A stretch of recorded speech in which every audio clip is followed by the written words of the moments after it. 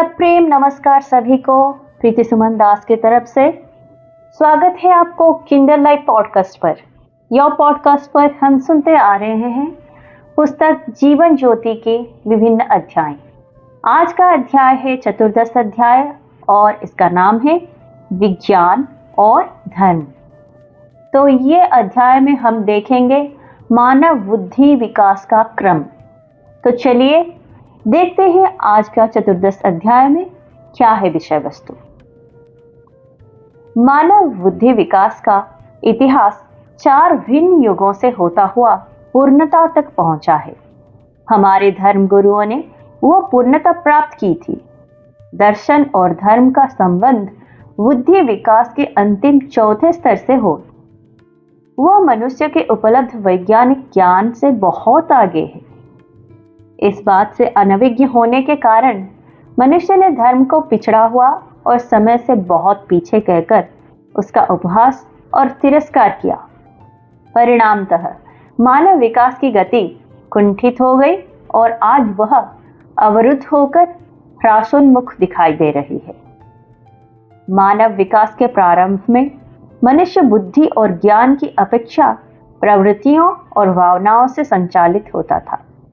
वह सूर्य और चंद्र, वर्षा और बिजली, जीवन और मृत्यु आदि प्रकृति के विविध रूपों का दर्शक मात्र था।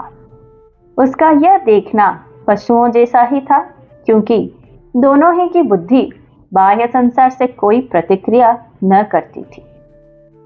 जब पर्यावरण और वस्तुएं सुखद और अनुकूल होती थी, वह उनका आनंद लेता था, किंतु उनके दुखद और प्रतिकूल होने पर वो उन्हें चुपचाप सहन करता था। वह जो कुछ देखता था उसमें कोई सुधार करने का प्रश्न ही उसके मन में न उठता था। यह प्रत्यक्षीकरण का युग था।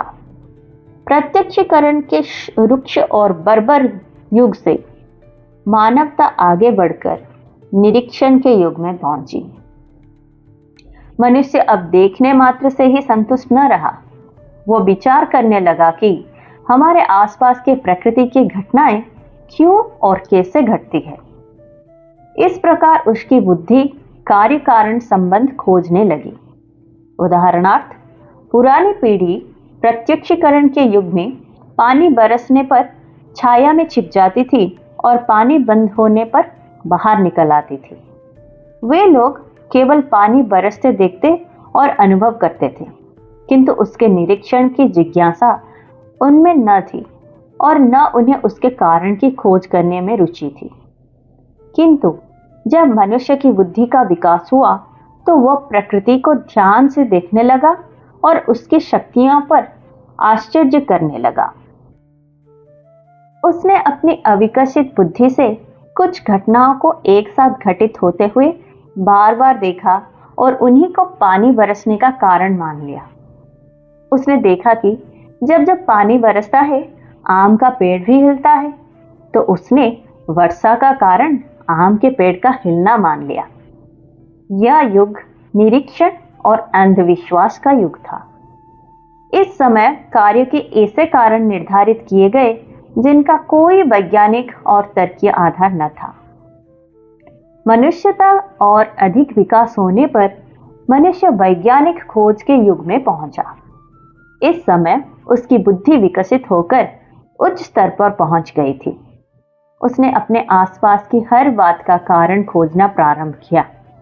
उसने प्रकृति के कार्यों को गहराई तक देखा, तथ्यों को संग्रहित किया, उन पर वैज्ञानिक प्रयोग किए, बुद्धिपूर्वक और तर्कसंगत निर्णय निकाले और प्रकृति के नियमों का व्यवस्थित ज्ञान प्रस्तुत किया।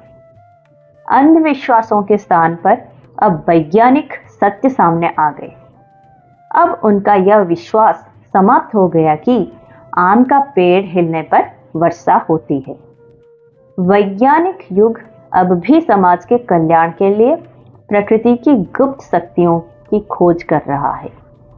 भौतिक शास्त्री और रसायन शास्त्री, जीव विज्ञानी और गणितज्ञ, अर्थशास्त्री और राजनीतिज्ञ सभी लोग इसी दिशा में सतत प्रयत्न कर रहे हैं और प्रकृति के नियमों की अनंत खोज में निमग्न हैं।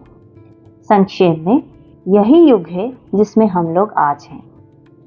जब वैज्ञानिक अपने अपने क्षेत्र में खोज करने में लगे होते हैं तो एक समय आता है जब वे अपनी परिपक्वावस्था में पहुंचकर देखते हैं कि प्रकृति के सभी नियमों में एक विचित्र सामंजस्य और समरसता है।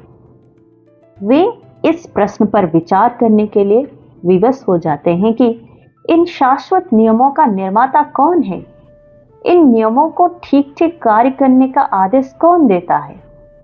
इस प्रकार उनका वस्तुगत परीक्षण आत्मगत चिंतन में परिणत हो जाता है और वे उन सब वस्तुओं का मूल कारण खोजने लगते हैं जो प्रकृति में वर्तमान होते हैं।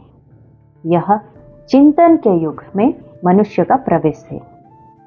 सभी महान धर्मगुरु गहन चिंतन करने वाले थे। वे प्रकृति के सब नियमों को एक सूत्र में बांधने वाले सत्य की खोज आत्मगत रूप से किया करते थे। ये चिंतनशील व्यक्ति नियमों की यांत्रिक खोज से संतुष्ट न थे। वे सभी नियमों के निर्माता, संचालक और प्रवर्तक को खोजना और समझना चाहते थे। अतः स्पष्ट है कि दर्शन और धर्म विज्ञान तथा उसकी गौरवपूर्ण खोजों से बहुत आगे है। जो लोग उन्हें प्राचीन और समय से बहुत पीछे समझते हैं, वे मानव विकास के इतिहास में उसका यथोचित स्थान और महत्व नहीं समझ सके हैं।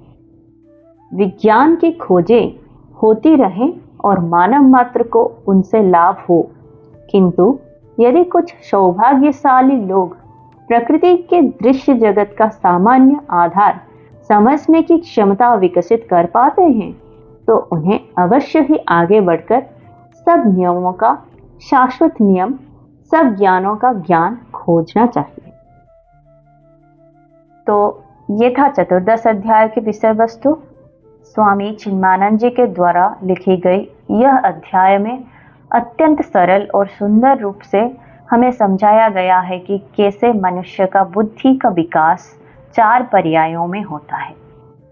तो ऐसे ही और कुछ सुंदर विचारों को सुनने के लिए सुनते रहिए किंडल लाइव पॉडकास्ट।